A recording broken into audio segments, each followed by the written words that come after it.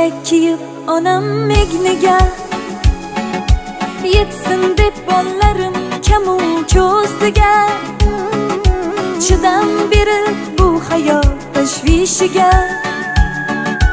bir hovlida o'sgan kizni sog'indim